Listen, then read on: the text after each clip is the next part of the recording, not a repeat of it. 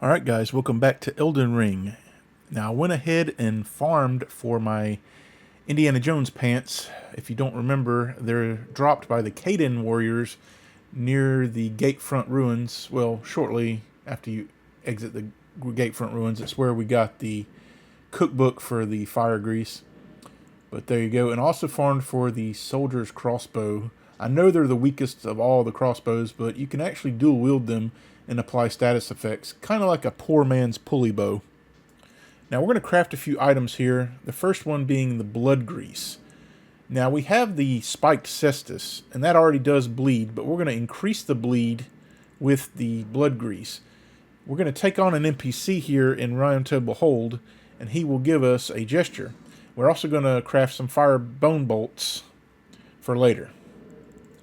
Now what makes this gesture missable is if you attack this NPC on sight and kill him, you will not be able to get this gesture until the next playthrough. So you basically just have to wait for him to bow, then you'll get it, and then you can attack him. But by doing that, you'll miss out on a great opportunity to inflict a ton of damage first, and we're going to do that after we let him kill us. But we're going to get the Strength Knot Crystal Tier and our stamina that we got from the Erd Tree in the last episode. So what you want to do here is you're going to jump off this railing, and we're just going to let him kill us. We're going to get the gesture. We have to wait for him to bow first. We'll get the gesture, we'll let him kill us, and then we'll come back and we'll take care of him. You have to wait for him to bow. So we're just going to let him, he'll two-shot us here. So our strategy for killing this NPC is we're going to use Golden Vow, we're going to drink our physics flask, and then we're not going to wait for him to bow this time. We're going to get the edge on him with the charged attack with our cestus. We're going to do a two-hitter, follow up by another two-hitter, and then we're going to wail on him with the R1s after that. If you do it correctly, you can pin him against the door and he can't get away, and you'll see it here. If you can't, you can always use the whip to get him from range and still bleed him out. See, we're not going to wait for him. 1, 2, 1, 2. Well, actually, that's a three-hitter. And then you just keep hitting him, and he can't heal either. Because he will heal, every NPC in this game will heal at least once you get him down to half health. But we wouldn't let that happen. Now, before leaving, there is a nice weapon down here, but we cannot wield it for a long time because it takes a whopping 30 faith to use. And it doesn't weigh anything. It's a very unique weapon. It weighs 0 pounds. So you can add it to a build and not have to worry about your weight. But it does pure holy damage. Pure holy damage. So you can't use talismans that do physical damage. It won't work with it. But it's still a very cool weapon. And it has a really cool skill called Unblockable Blade, which will go through anything. They can't block it. Hence the name. Now, before leaving the Round Table Hold in this episode, we're going to go talk to Fia, the deathbed companion. Now, there's a thing about her. If you let her hold you, you'll get a buff that you can use anytime. It's like a extended version of Endure, I guess you could say. It increases your poise for like 10 seconds. But there's a caveat. You're going to lose health. Your health will be permanently diminished. I don't think it's very much, though, until you use it. But we're going to use it after letting her hold us once, and then we're going to talk to her again, and we'll be able to talk to her in secret, progressing her storyline. But her storyline involves D, Hunter of the Dead, and we'll get to that later.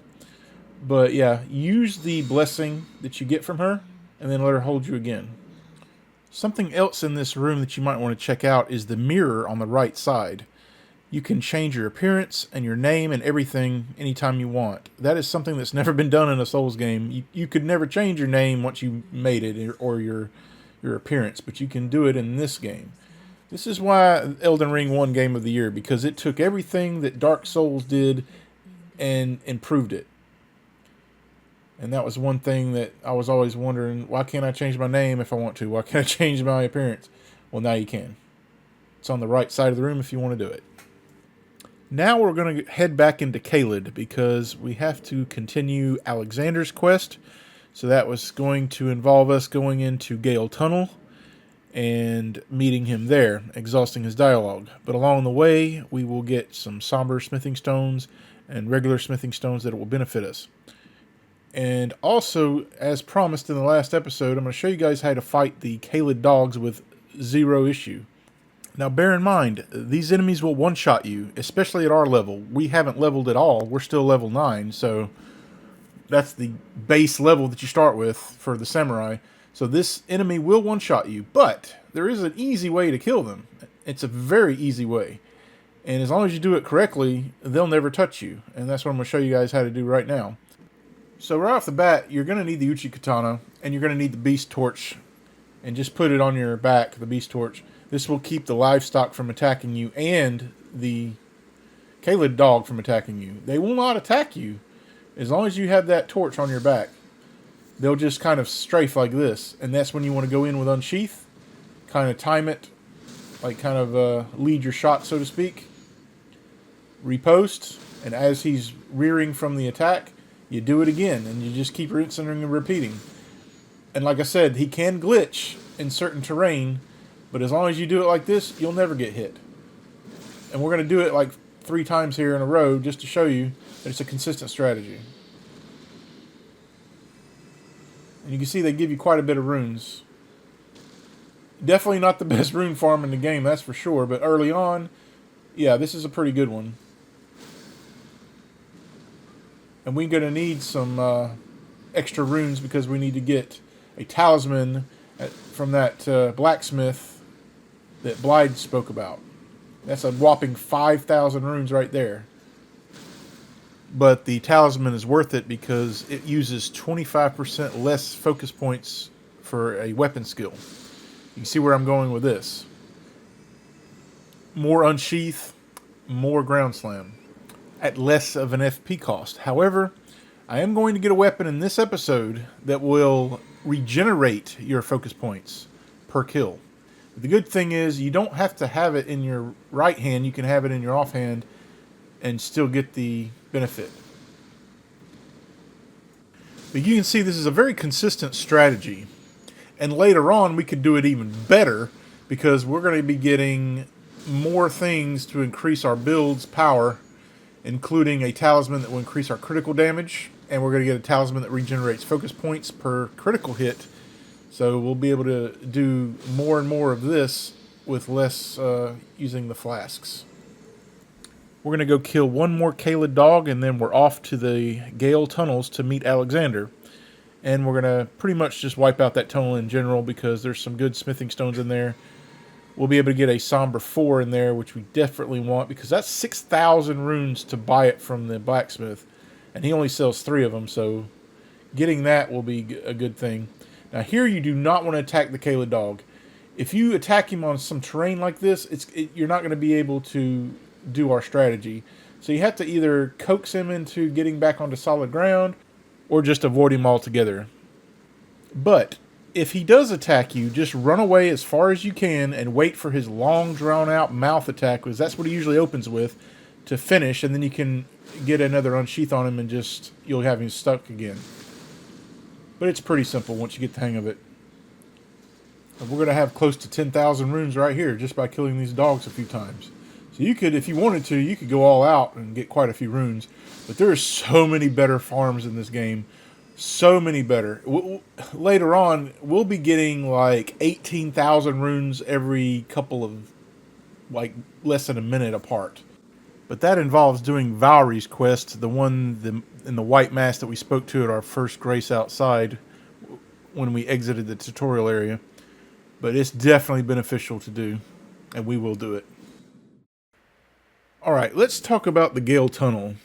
There's some pretty tanky Godric soldiers in here, and also some miners that are resistant to blade, like slash damage.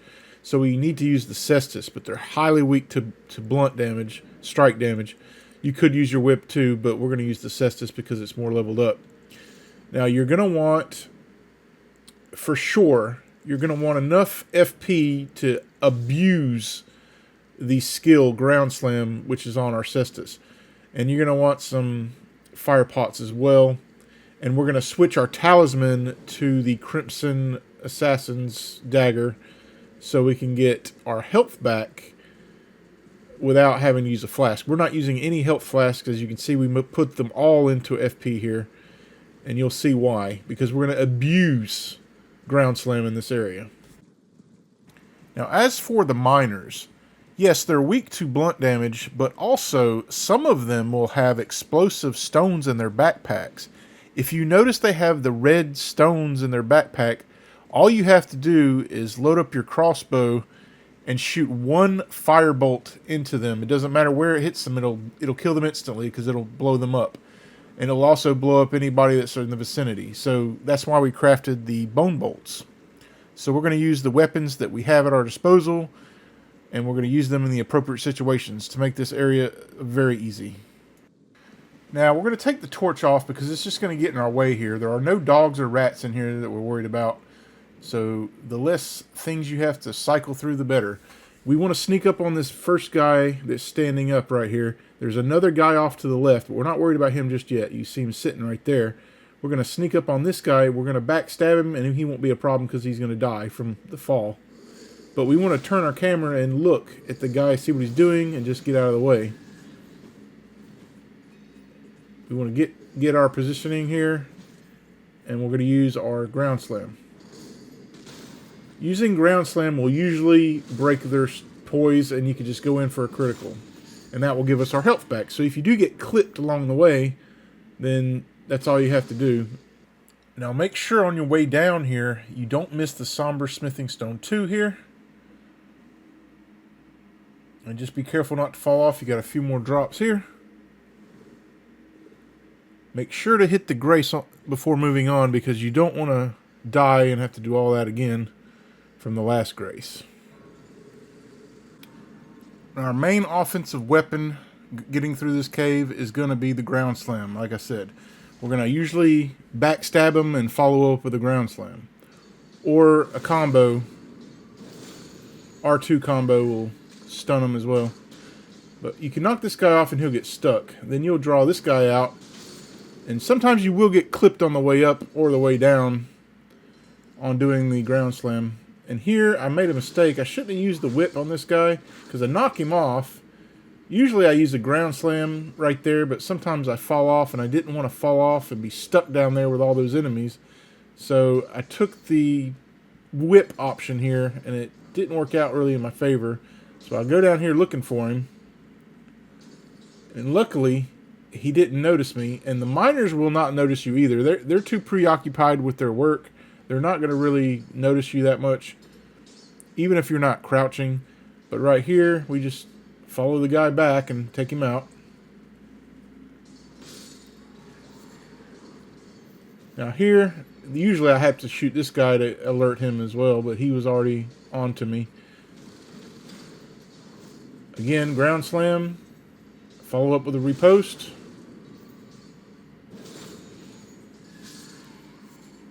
And you'll get your health back if you get clipped.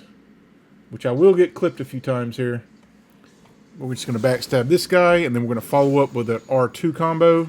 I really like this combo. It does a lot of poise damage, and they usually get their stance broken. Now we have some octopuses to deal with, I guess you could call them. Not sure exactly what they are. Squid, octopuses, whatever. But there's a big boy in here. We're going to take out the little ones first, but the good thing about the octopuses is they're so easy to kill with the Ground Slam. That is their kryptonite. They can't handle it. They just can't. There's nothing else you should use besides Ground Slam, especially against the big guy. It will stun him immediately, and you can go into a riposte, and then you can do it again and keep him locked into this, and he will not be able to do anything. As long as you have the FP to keep doing it, it's as easy as you can be right here. It just doesn't get any easier. Ground Slam, riposte. Ground Slam, riposte. And later on, we're going to improve our critical damage, like I said. It won't take nearly as many criticals to kill. And when you stun one of these octopuses, you'll still have quite a bit of time to do something like drink a flask, like I just did, because I was out of FP. And you just continue on until he's dead. There's a Somber 4 right there next to us. We definitely want to get that.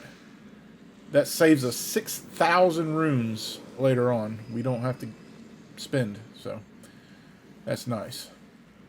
Before leaving this area, make sure you get all of the shinies, especially this weapon here, even though we're not going to use it. I heard it's quite a good weapon.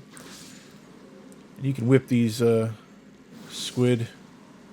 Our whip is pretty weak right now, but it's only going to get better, and we're going to be using multiple whips pretty soon. Our build is going to be pretty varied, even though it's quite basic. Fists, whips, crossbows, and stuff. We are still going to use katanas and things like that, but there's a lot of different things you can do in this game. It's just, there's so much variety, and I love this game for that. Now this area right here, this is where I screw up. Usually I can backstab these two guys here, and I'm not alerting anybody, but this time, for whatever reason, he just alerts everybody. So if you hear the horn go off, just run back toward the start here. As you can see, I'm running because he's alerted everybody. You just want to get spacing. You don't want to get stuck and get flanked. But right here, you're going to see the firebolt come into play, because we're going to see some miners that have the backpacks. Not this one in particular, but there's one coming up right here. You see, if they're throwing those explosive stones at you, you know that they're ripe for a shot with a firebolt. One shot, and that's all it takes. And they'll blow up and blow up anybody in the vicinity. A very cool way to kill them. Again, just ground slam. Here I get clipped. I try to go for a combo. We'll get our health back. And that guy didn't notice all the commotion for some reason, but that's okay. We're just going to shoot this guy. Blow him up. And this cracked crystal, we'll talk about cracked crystals because they're quite important. We're going to be using them quite a bit as well. We don't have the recipe just yet. And make sure to get that gold pickled foulfoot as well. Now here's where I'm going to break out the cracked fire pots, because this guy right here is tanky. He is very tanky, and he hits really hard with that sword he's got. Just throw 3 pots at him and delete him, because you don't want to deal with him, trust me. We're just going to use the fire pots to kill all these guys. And that's it. We're nearly done with this cave. We just got one more room to do, and we'll be meeting our buddy Alexander again. Now for this guy, what I like to do is backstab this guy. He'll fall off. And instead of going down the ladder, let's just do a ground slam right off the ledge here, and we'll land on him. Pretty cool way to take him out. And then this guy will just shoot him with a firebolt, blow him up. Because this guy will just use the horn and waste time when he could be attacking us. And that's the last enemy except the boss, which we are not going to fight, because the boss in this area is one massive pain in the ass, and I am not fighting him right now. We're just severely underleveled to take this guy on. He'll one-shot you with everything, and I just missed that smithing stone 4 right there. I'll try to remember to come back and get it, but don't miss it. It was on the wall there. There's one in this room as well. We didn't miss this one. But yeah, make sure to go back and get that other one. Make sure to exhaust all of Alexander's dialogue. This will move him into Redmane Castle now. Now, let's go solve our pesky bat problem. Or any flying enemy for that matter. We're about to get an Ash of War that's going to trivialize any flying enemy, and that's a good thing, because flying enemies are a pain in the butt, especially the bats and the birds in Stormville Castle. This Ash of War will just make them non-issue at all. And you'll see that because we're going to use the Ash of War immediately. So you want to go to the Agile Lake south side of Grace. Now you see that structure right ahead of us. That is where you can find Liurnia again, the NPC that helped us in the Mirkwood canals, where we had to fight that bloody finger that gave us the Reduvia. We're not going to talk to him right now, but he will warn you to stay away from the lake again. He knows you're closer to the lake. He'll say, don't be a fool, turn back. We don't have to talk to him to progress this quest line, though. You want to make sure you hit this site of grace. There's another farm for the falchion nearby, and there's also the area where we got to get the painter's reward. But first, we're going to get this Ash of War. Come over here and just drop down. And there's a very easy way to take this guy out without him even hitting us. And that's what we're going to do. You're going to take your horse over here. Just come over here to this structure. He's just on a path where he walks back and forth. We're just going to be patient and wait for our chance. When he turns around, just come behind him. We're going to do one ground slam on him. Follow up with an R2 combo. And then riposte him and he's done. He doesn't even stand a chance. And we'll get the Gravitas Ash of War. And this will solve all of our flying enemy issues. Now, if you remember in the first episode, I said there was a shiny that we could not get right after the beginning part of the video when we first entered the Stranded Graveyard.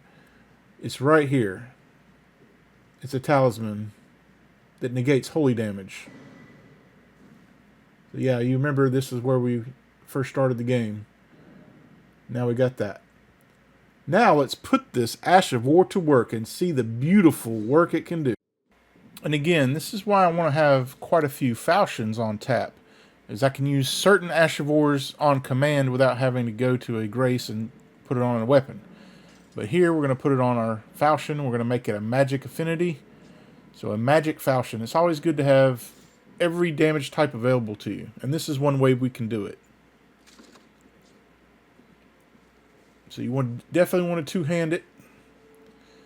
And there's a couple of bats here just camping out on this rock. And there's a item up here anyway. So let's just go ahead and unleash the fury right away.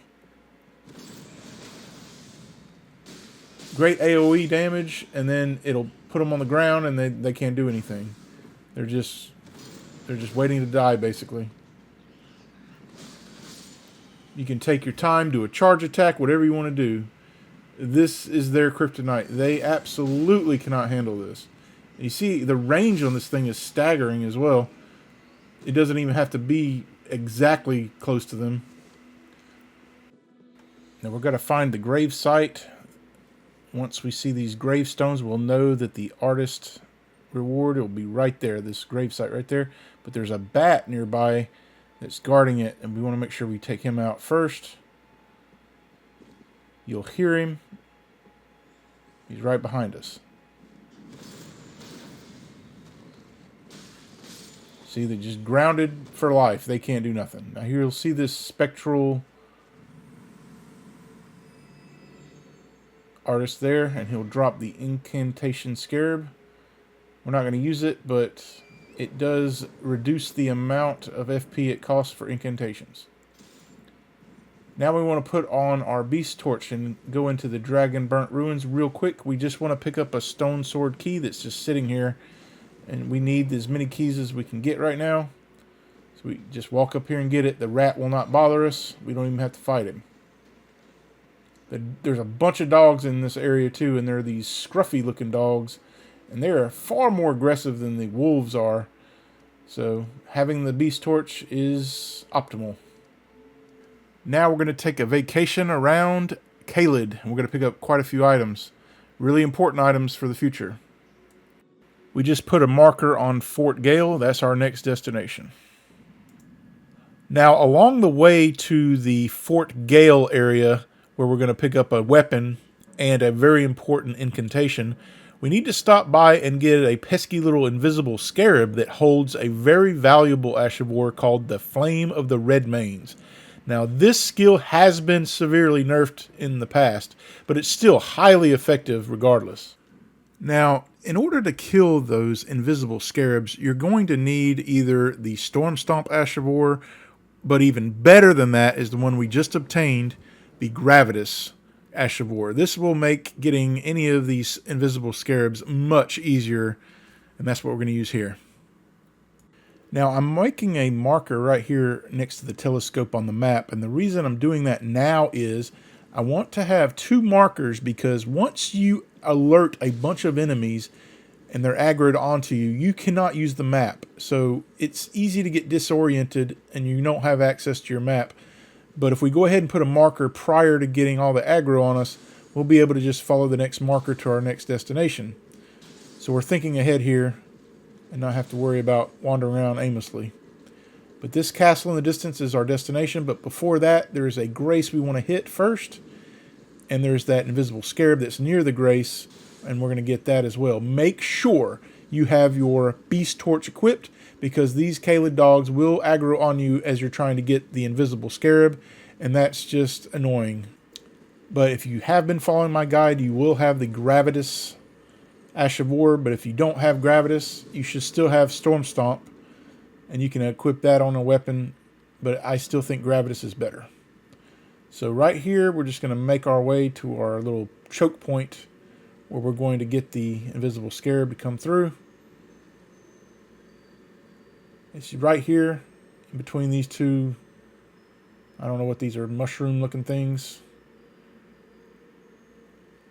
I never really have figured out the pattern of these things. I know they eventually come to you. We got it that time. The Flame of the Redmanes. Now let's talk about our approach to the castle, because it's not as straightforward as you would think. If you go right down the middle where all those enemies are, you're going to alert an archer. This archer will kill you. He will kill you very easily. He has magic arrows that rain down upon you. I highly suggest taking the route I'm taking here, because we'll be up against the wall and he won't see us. If you go right down the middle, he will see you and start firing on you. And those arrows can even go through walls. And you will see that he is very much a pain in the ass. But if we stay right here, he's right above us, but he can't see us. Now, by the time he does see us, we'll be safe enough to where the arrows won't reach us. But luckily for us, there's a statue there that will respawn us there, so we don't have to go back to the Grace. There is a spear guy right here. We're just going to use ground pound on him.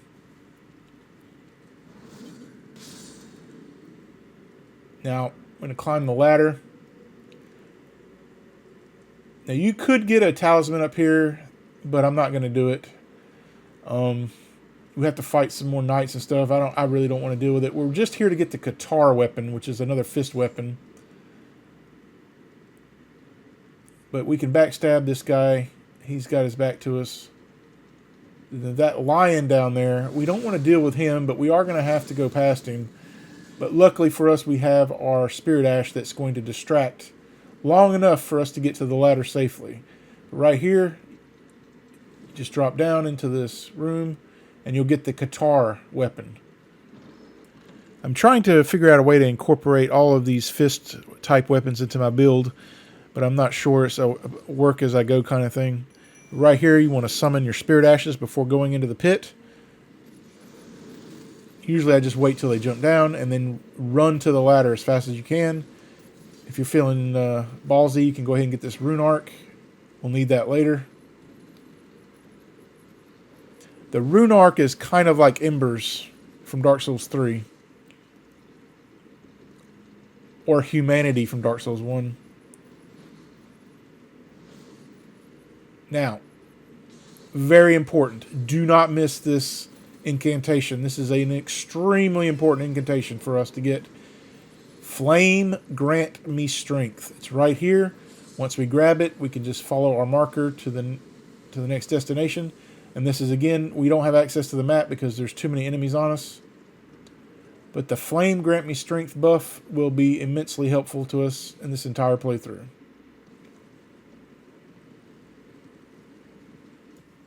So the next grace we're going to hit is the Smoldering Wall Grace. We're going to come back here because this is how we're going to get into the abandoned cave later, which houses the very important talisman we've been working towards getting. Of course, like I said, I could get it now. I've gotten it straight away at the beginning of the game, but the thing is, I'm trying to make this an optimal guide where it's as easy as it can possibly be. So I wanted to trivialize these bosses. And we are going to trivialize them to the point where it's just laughably easy. But we're just not there yet, guys. We're not quite there. We have quite a bit to do yet before we'll be able to get that talisman. It won't be in this video. Maybe not in the next. So we're going to head down this path down here along the road, and off the road there is another Ash of War called Lifesteal Fist. Now I really like this Ash of War, but we're not going to really put it on any of our weapons because we're going to get a weapon later on that already has it equipped. So we don't really need it. But it's right here if you want to put it on any of your weapons. But the Lifesteal Fist is very effective against shielded enemies because it goes through all of their shields, which is very abusable actually. We can abuse enemies with shields using that. And especially if we need some health back, we can stack it with other things. But here it is right here with the Scarab. I just use Unsheath. And we'll get it. Now, as you can see, there's a Grace right there, which we're going to go ahead and hit. And then there's another one close to the swamp, which we're going to hit again. Now, there's a swamp full of rot down here. Make sure you're riding Torrent as you're traversing through it, because we don't have a way to cure Scarlet Rot right now. Now, there is a merchant right up here that does sell a few boluses that cure Scarlet Rot, but unfortunately, he doesn't sell an infinite amount of them. So it really isn't that beneficial to get it right now. We're going to cure Scarlet Rot using an incantation, but that won't be until the next episode. But here we have some very important business to attend to. We're going to get our main weapon in this area, and also we're going to get a Grace unlocked in a cave that we're going to go to later. And we're going to get our hat, Indy's trusty hat for this run here. It's right here. You can make sure to get the butterflies because they're valuable. The Streets of Sage's Ruins holds the Traveler set. The hat is what we're going to put on Indy because it's the closest I could find in this game to his hat. It looks pretty good in my opinion.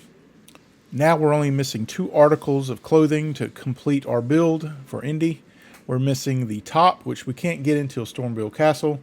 And we're also missing the gauntlets, which we can't get until we get to Liurnia Lakes.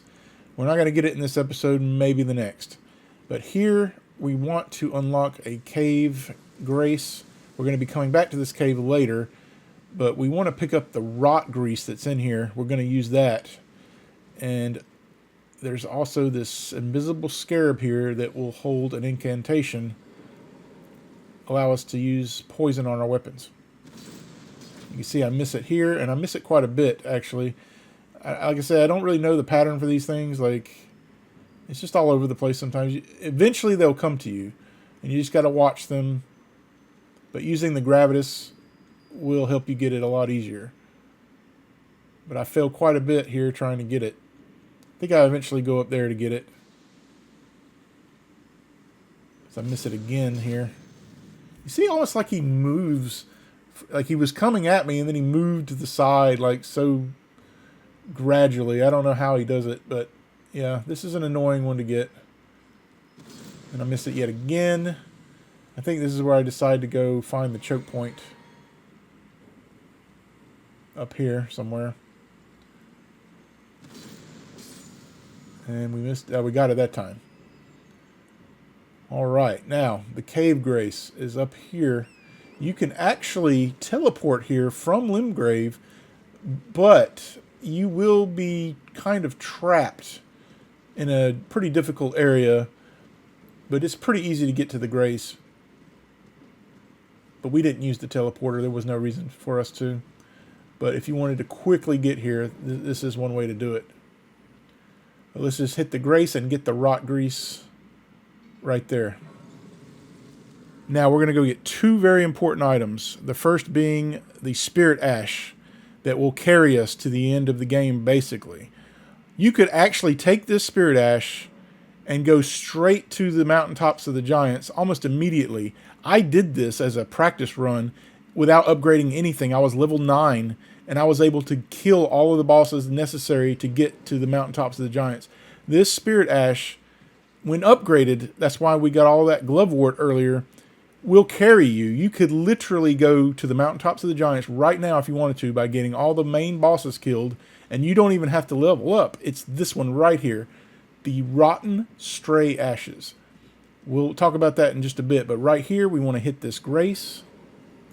So we're going to hit this Grace, and then we're going to do some pre-prep for the boss here. We're not going to fight the boss just yet, though. We got to make one more stop, and then we're going to come back. but we're going to equip our Iji katana with the Ash of War Sacred Blade. We're going to allocate our charges so we have quite a bit of FP. We're going to balance it out a little bit more. But the thing is, we want to have more FP than health because we're going to be using the Sacred Blade's Ash of War quite a bit. Now, the Strength Knot tier is not good enough. We're going to take that off, and we're going to go get another crystal tier that's going to help with this boss fight. But first, let's go ahead and get a golden seed, and that's not far from the site of grace. And also put on the jellyfish ashes. You want the spirit jellyfish ashes for this boss. And you want to go up here, up these stairs.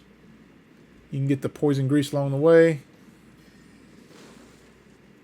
But up here on this next flight of stairs, when you loop around, you'll see the Erd Tree sapling that has the golden seed.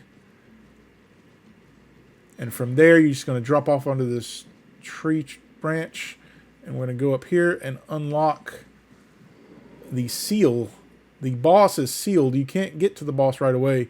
You have to break the seal, and then you have to go up this ladder and light this sconch in order to unlock it.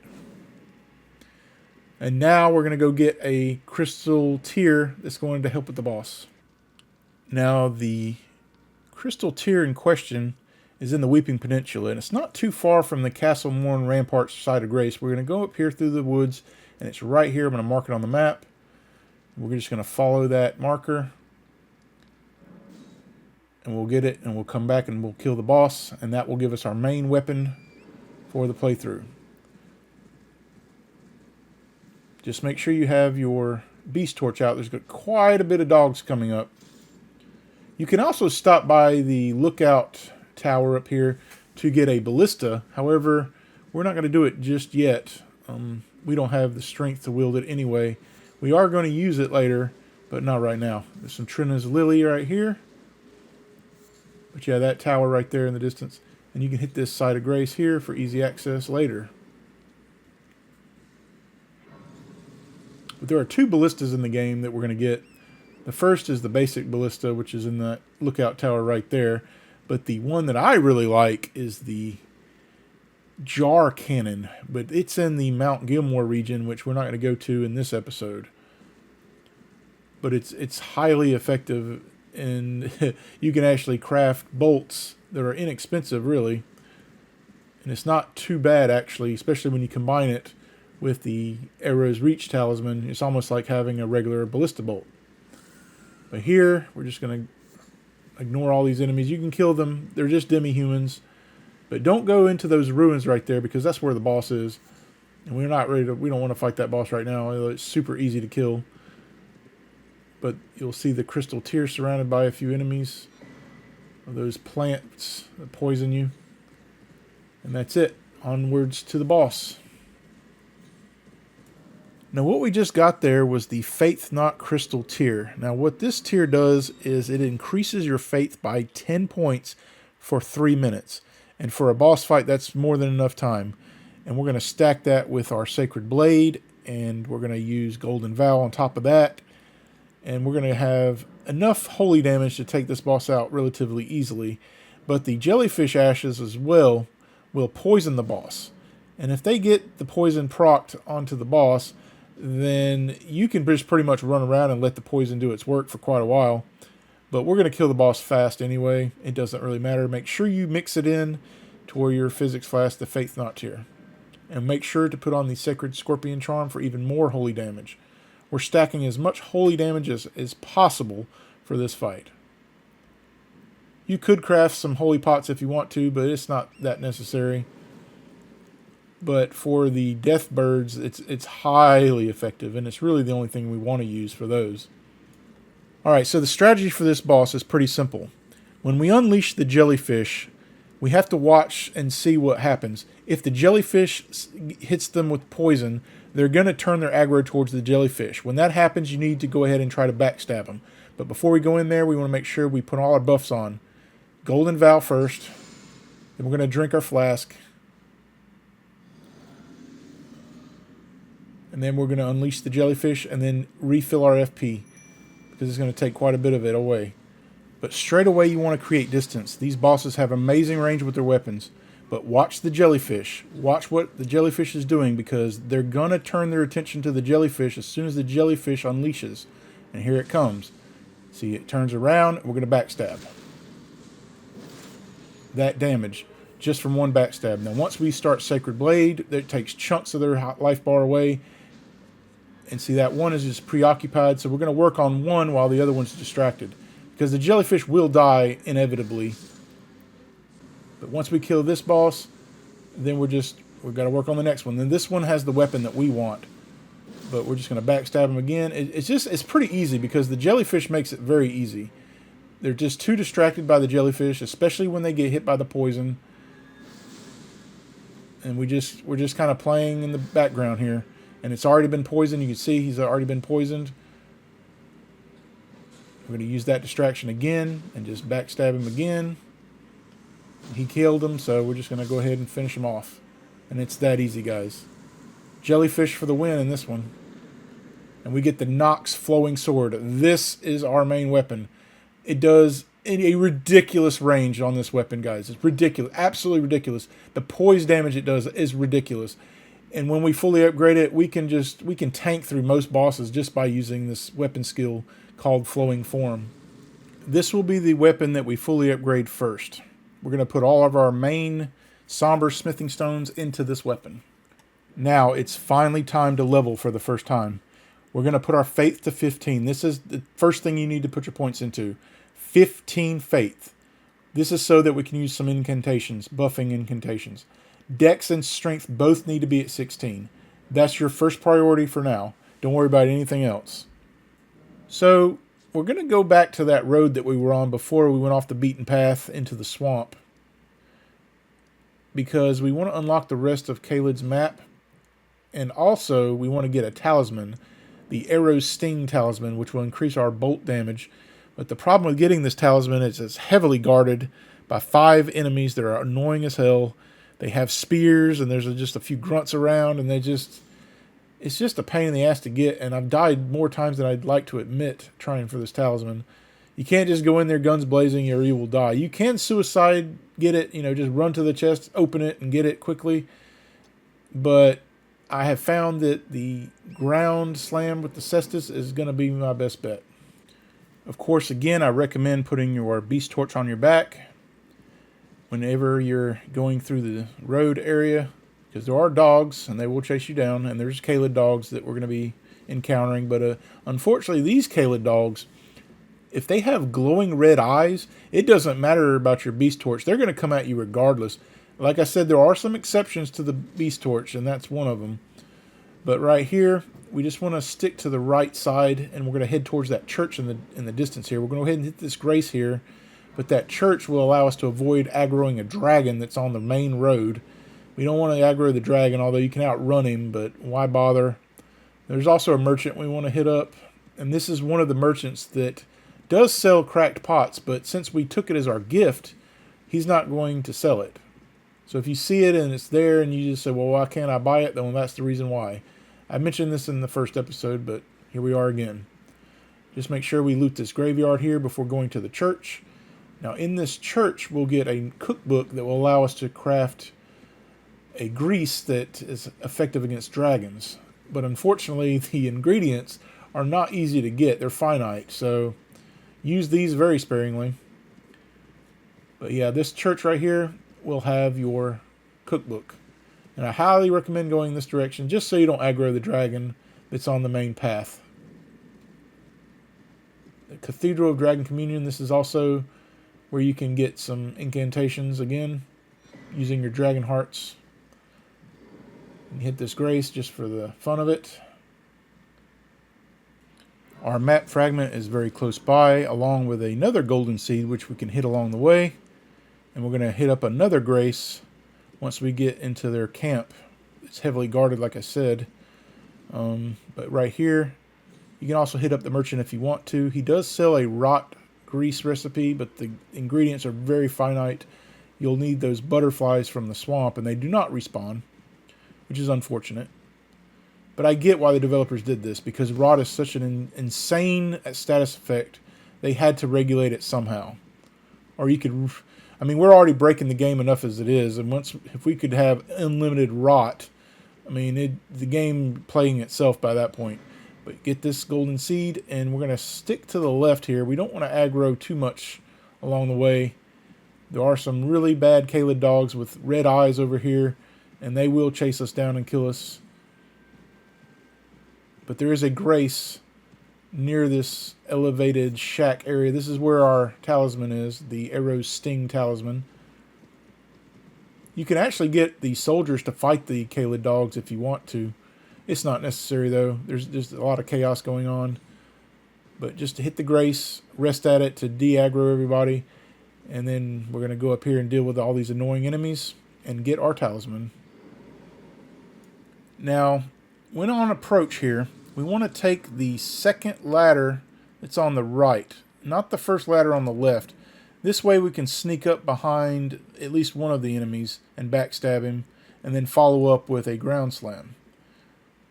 We're fighting on a narrow area here, and we could get knocked off, but if we get knocked off, it's okay. It's not going to kill us. But it's the next level that's a pain in the butt, because there's multiple enemies up there. I believe there's 3 or 4 of them. But right here, we just want to backstab this guy, knock him off. Here we just got backed into a corner. We're just going to wail on him. If they do fall off, we're just going to ignore them and go up here to this next level.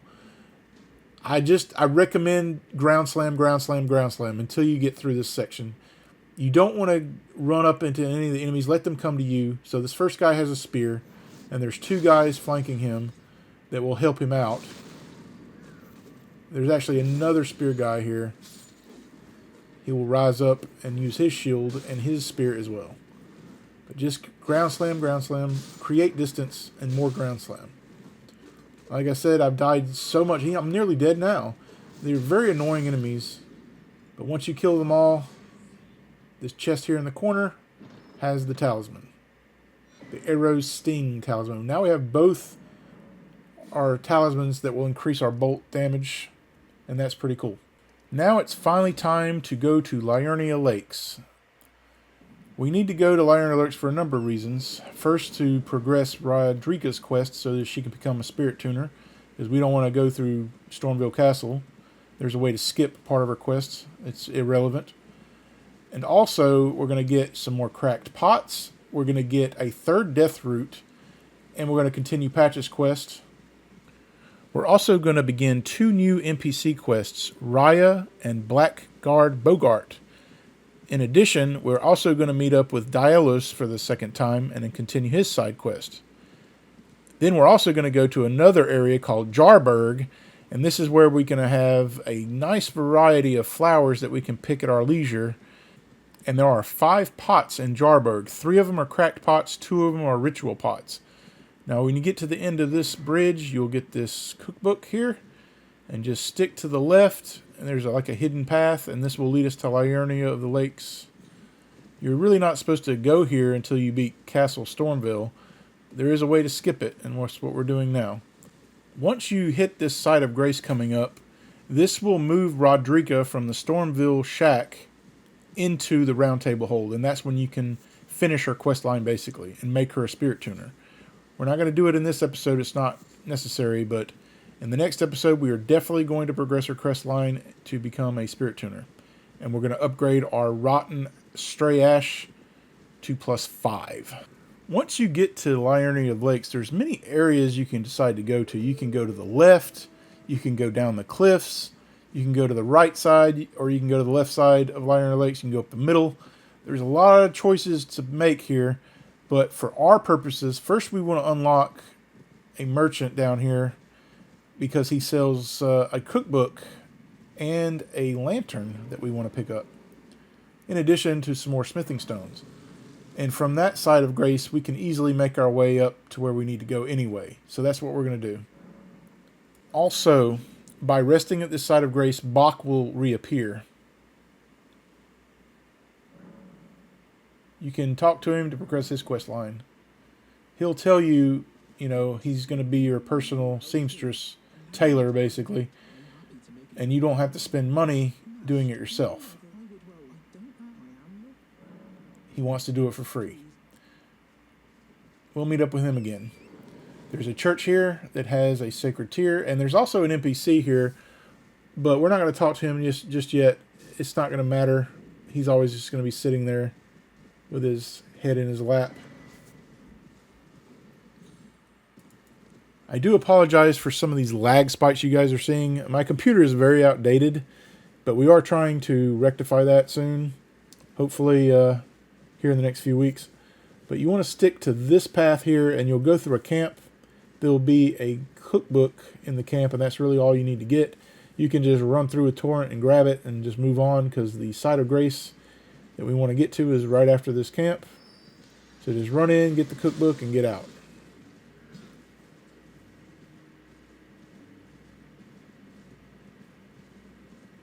Now I must say, this map fragment is guarded by these enemies that will hit like a truck. I don't know what they are, but they hit so hard, guys. Do not underestimate. They will kill you very quickly. So what I like to do is just kind of lure them away and come back and get the map fragment. But yeah, they are very powerful enemies, and we're just going to put a marker on there. But let's go ahead and talk to this merchant, because he sells a lantern, and we want that. The lantern is very important in this game. It allows us to free up our hands in caves. We're going to sell a few things as we don't have quite enough cash. But yeah, the lantern is the first thing you should buy from this guy. Then the cookbook, and then the smithing stones. But we have enough runes in our bank here. We can buy everything. So what we want to do is we want to make our way to the east side of Liurnia Lakes. We want to get to solid ground. We don't want to be in the lake right now, because we need to make our way to Jarbug, which is on the eastern side, and also that's where the next boss is that we got to fight to get our third death root. So we need to go to that side anyway. Plus there's the ever important Church of the Vows up there, and a cave that we got to go into, and also catacombs that holds an important talisman. We're not going to get to that this episode, but that's just one reason you would definitely want to unlock the eastern side of the Liurnia Lakes, and that's where this map fragment will show us anyway. It's not, this map fragment will not show us the middle part of the lake or anything. Look at that damage. Just one hit from that guy, and we're nearly dead already. 2 hits would kill us. So yeah, just lure him away, get the map fragment, and let's just get out of here. These guys are not to be toiled with. They are very dangerous. You might come upon some ruins here, but we're not going to deal with that right now. You might can just pick up a cookbook. I think there's a cookbook up here. But we're really just trying to get to a spirit spring that's next to the side of the mountain here. There it is right there. This will take us to the eastern side into solid ground. There's also a teleporter up here that's very handy that will take us directly to the Academy gates. We currently cannot get into the gates because we do not have the Glintstone key. The Academy Glintstone key is guarded by a dragon. We will get it in this episode, but it's not necessary to do right now. But yeah, that teleporter will take you right to the gates. It's in the Purified Ruins off to the left there. Very handy teleporter. I really like it. But we want to stick to the main path, because right now we're just trying to get to Jarbug and to another grace to kill the boss. We got to kill another Tibia Mariner. Now this guy is more powerful than the previous one that we fought, so it's going to be a little more annoying. Plus he teleports on into grassy areas where there's no water. So he's in a boat and he's on solid ground. Doesn't make any sense. So sometimes your buffs will run out looking for the guy. It's quite a pain in the ass. I don't like this guy. But here's a grace you definitely want to hit up just before the boss. And you want to stick to the left and find your way to the boss up that way. Again, you may want to respec into your holy damage. Here's where we're going to go up. So in this area right here is where the boss is. Eventually we're going to come up here, across this area here into the Church of the Vows. That is a very important area. We need to get to that area at some point. So I'm going to put a marker here. There's an NPC down that way. Crucial to our playthrough. Now on to the boss. So put your torch on because there's gonna be some creatures along the way, and there's a crab that's quite annoying. But I'll tell you how to deal with crabs, guys. If you don't like crabs, one butt stomp from your Ash of War will pretty much kill him outright. Maybe not the higher level crabs, but definitely the ones right now. It'll either stun them immediately for a repost, or they'll just die anyway. But yeah, stick to the dirt path till you get up here.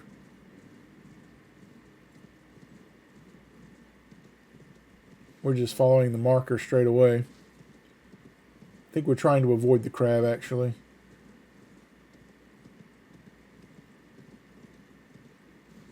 But yeah, the Tibia Mariner up here. Quite annoying because, like I say, he'll get out into the grassy areas.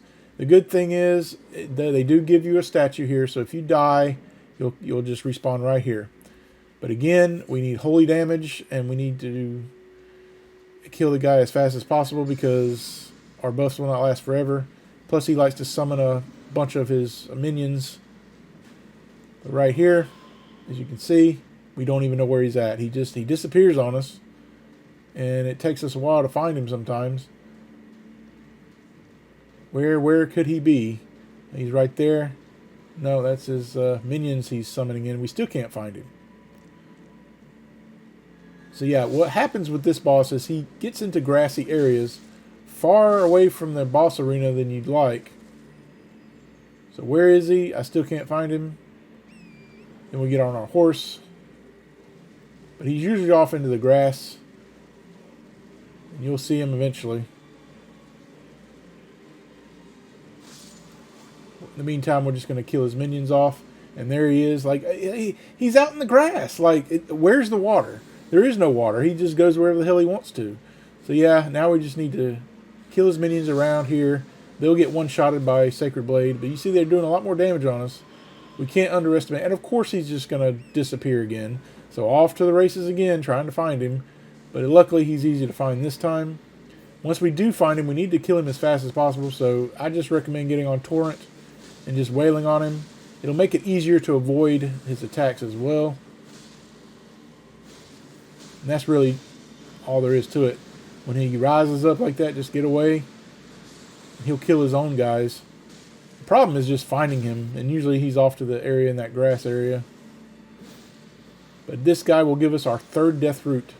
This is important because now that we're going to have three death routes, we can go visit that beast that D Hunter of the Deep talked about. We could have went to him earlier, but now we have 3 death routes we can give to him, which will get more stuff. But here's our third death route. Now, I did miss a collectible here. I'll get it in the next episode. It might have been that one right there. But yeah, now onwards to Jarbug. Very important area because Jarbug has cracked pots, like I said, but an unlimited amount of certain flowers that are normally a pain to get, like the poison blooms. Poison bloom flowers usually are in swamp areas, and you have to go and out of your way to get them. But here we'll get a Site of Grace that's right next to a plethora of not only poison blooms, but tarnished golden sunflowers, which we can use for our holy pots. Basically, this is our one and only stop for certain flowers, and it's much appreciated that developers did this. Make sure you get the Smithing Stone 3 here, and we're going to collect our cracked pots and ritual pots along this rooftops. Ritual pot right here. And in that shack is our first regular cracked pot. You can see there's the poison bloom right there.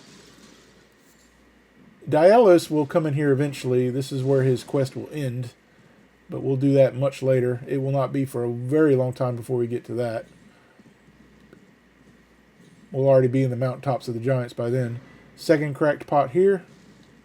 And here's your grace you can hit. And there's also the NPC that we need to talk to, because we need to progress his quest line as well.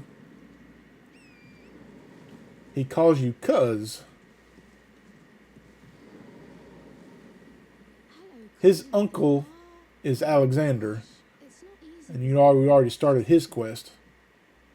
He wants to see your hands to see if you're up for the job, and he just says they're not smooth enough. They're not slick enough. But he's still friendly and tells you to come back. Spoiler alert, Diallos will be their tender later. Here's another ritual pot down here. And we're still missing one more cracked pot. And I always seem to have a hard time finding it. Ah, here it is. Now we have 13 cracked pots, which is more than enough for our next endeavors that we're going to need. So there's only a maximum of 20, and we're going to get 2 in Stonerville Castle, which is going to give us 15. And then we've got another one we can get in the Liurnia Academy, so that'll give us 16. We're only 4 away from max. But now we have some other business to attend to. We need to make our way to the Scenic Isle. This is where we'll meet up with Patches again. But more importantly, there's a boss fight nearby. We're not going to do it in this episode, though. And another NPC named Raya and Blackguard Bogart. We definitely need to talk to these 2 NPCs. They are absolutely critical for us. Especially Blackguard Bogart, because he sells buffs, guys, that negate a lot of physical damage. And we definitely want to buy some of the boiled prawns from him. And later on, he sells an even better version called boiled crabs. In addition, once we complete his quest, we'll get his weapon. It's like a ball on your fists. It's quite powerful, and it does it's got a nice skill called Bogart's Roar, and you can combine it with the Roar Medallion to do even more damage. It's just a really fun weapon to use, guys. And we'll get that once we complete his quest. Now, I did mention the cookbook earlier. Here it is. We got through these ruins. Like I said, we're just looking for the Scenic Isle right now.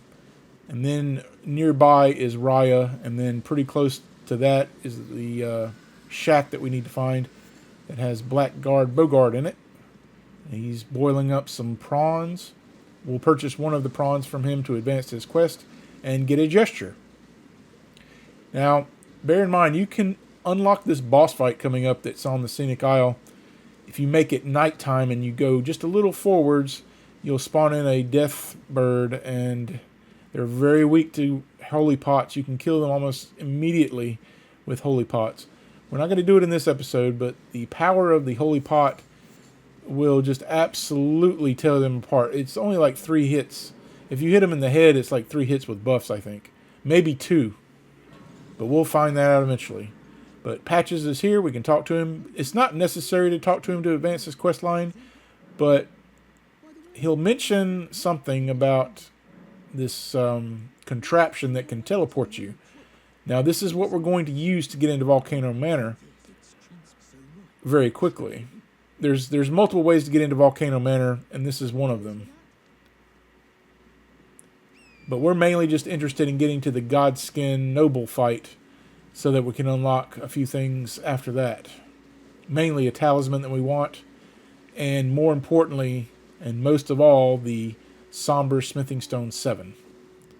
Now here is Raya right here. Just exhaust her dialogue. She'll talk about her missing necklace. The necklace is very close by in a shack. Blackguard Bogart has it, and we will befriend him very soon and buy a boiled prawn off of him. But you'll see this structure, this rock structure, right across from Scenic Isle. That's where the death bird will spawn in. You can use that as a reference point in order to get back to the areas that you were in previously, like the Scenic Isle or that pavilion there. But right here is where the death bird will spawn. At night only, though. We're just going to continue this path until we hit the shack. You can literally see it from here, so it's not hard to get to. You will need 1,000 runes in order to buy the necklace, however. You can kill Blackguard Bogart right now and get his weapon, but I don't recommend it. Because you want his stock of boiled prawns and crabs, and in order to get those, you have to progress this quest line. Agree to pay the 1,000 runes and then keep talking to him.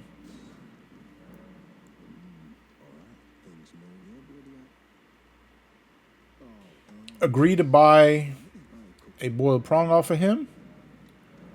Trust me, it's worth it. We'll want as many of these as possible. Then he'll take a liking to you and give you the spread out gesture. This will progress his quest line up till Lindale Capital. Now we're going to make our way back to Raya and show her the necklace. We'll get an invitation to Volcano Manor, but we're not really going to need it because we're going to take the back way in. But this is still necessary to progress her quest. If you go to Volcano Manor without doing this, you cannot do these quest lines. You have to do these 2 steps right now before going to Volcano Manor and joining it. You definitely want to do this. So whenever you get to Liurnia Lakes, you got to usually just make this a priority, talking to these 2 NPCs. Now once we get the invitation to Volcano Manor, we're going to unlock another map fragment and make our way to Diallos and continue his quest line. And then we're going to get to the blacksmith and we're going to call it an episode. It's been quite a long episode, guys. This is probably the longest one yet.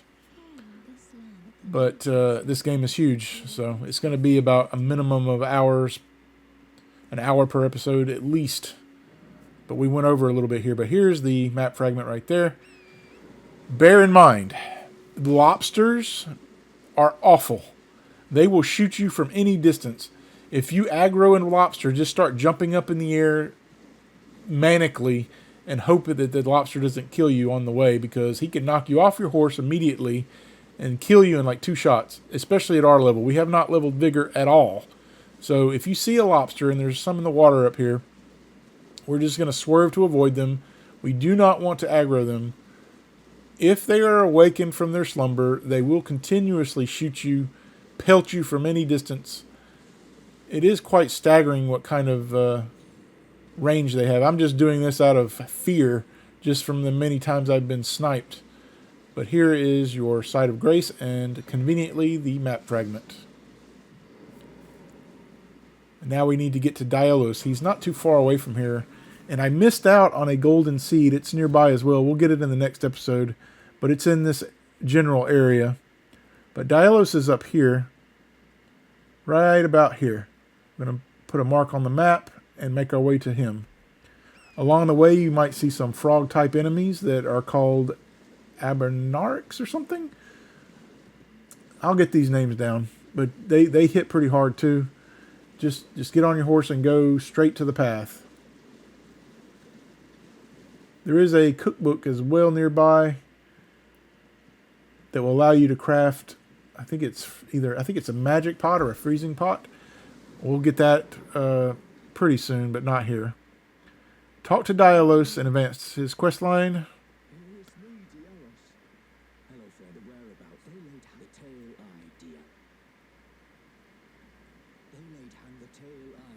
Once he repeats himself, we can move on. Next step is to get the Glintstone Academy key. It's not too far away from here. We're going to put a mark on the map, and we're going to head that direction.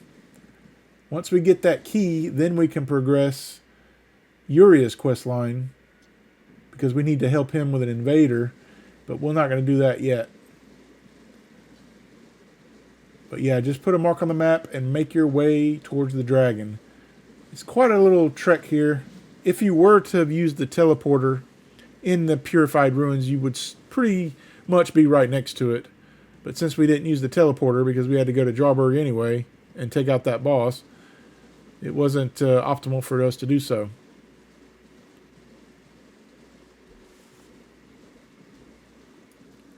Now, along the shore on the eastern side, there is a cave that we definitely want to go into, because not only does it have some somber smithing stones that we want, if you kill the boss, you'll get your first bell bearing for smithing stones. This will allow you to buy unlimited smithing stones 1 and 2. So you can get all your weapons to +6 by doing that. But we're going to take it even further than that, because we're going to take our weapons to +12. Pretty soon too, in the next couple of episodes or so. We're going to be getting all of our weapons to 12. And we're going to unlock our rune farm, which we're only going to use to upgrade weapons. We're not going to use it for leveling. Although, like I said before, you can do it and knock yourself out. I wouldn't blame you. But it is important to go ahead and unlock these areas. That way you have easy access to them later on. But here is your dragon. He's just sleeping. Just get behind him, grab the key, and get out. You don't have to grab the other items. It's just some dragon grease and some kukri. The dragon grease maybe, but the kukri can be bought anywhere. Just get the key and get out as fast as you can. Make your way to this area right here on the shore. This will give us pretty close access to the blacksmith. We're trying to get to the blacksmith now, and that's where we're going to end the episode. Now, along the way, there's a pretty good shield up here that is it gives you a 25% buff on your damage. We're going to pick that up. It is a very nice buff indeed. It's the jellyfish shield. Unfortunately, it's guarded by jellyfish that will like to poison you. And we will get poisoned on our way to get it here, but it's worth it, trust me. Anything that has buffs is worth getting. Our objective is to buff ourselves for boss fights to just make it easy. And here's a buff you'll definitely want to pick up. And some blood grease. You see, they just ganged us here for the poison. You'll go through a camp here as well. Nothing of importance that I can see. I didn't really grab anything. But there is always something in a camp. There's a chest right there. I forgot what was in it. Well, we're going to go through all the areas diligently once we complete our main task, which is getting all our weapons that we want to get. Like I said in the beginning, we're going to go back to the beginning, so to speak, and mop up every single area from top to bottom. You can ignore this knight on the horse. He's not going to really do anything to you. The horse is OP, so just keep running away. And we'll hit up another site of grace coming up soon. And then we'll just meet up with our blacksmith, and that'll be it. We're very close to the end here. Now, there is a manor up here as well that has our second whip. We're not going to get it in this episode, but definitely at the very start of the next episode, we are getting it. The Urumi. It's like a steel whip that does an amazing charge attack that has great range. It's objectively better than our whip as far as just overall usability, but as far as scaling, the regular whip seems to still scale better. You have to put it on a keen affinity, I think, to get it to do better. But make sure to grab this map fragment here. Now we have all of Liurnia unlocked.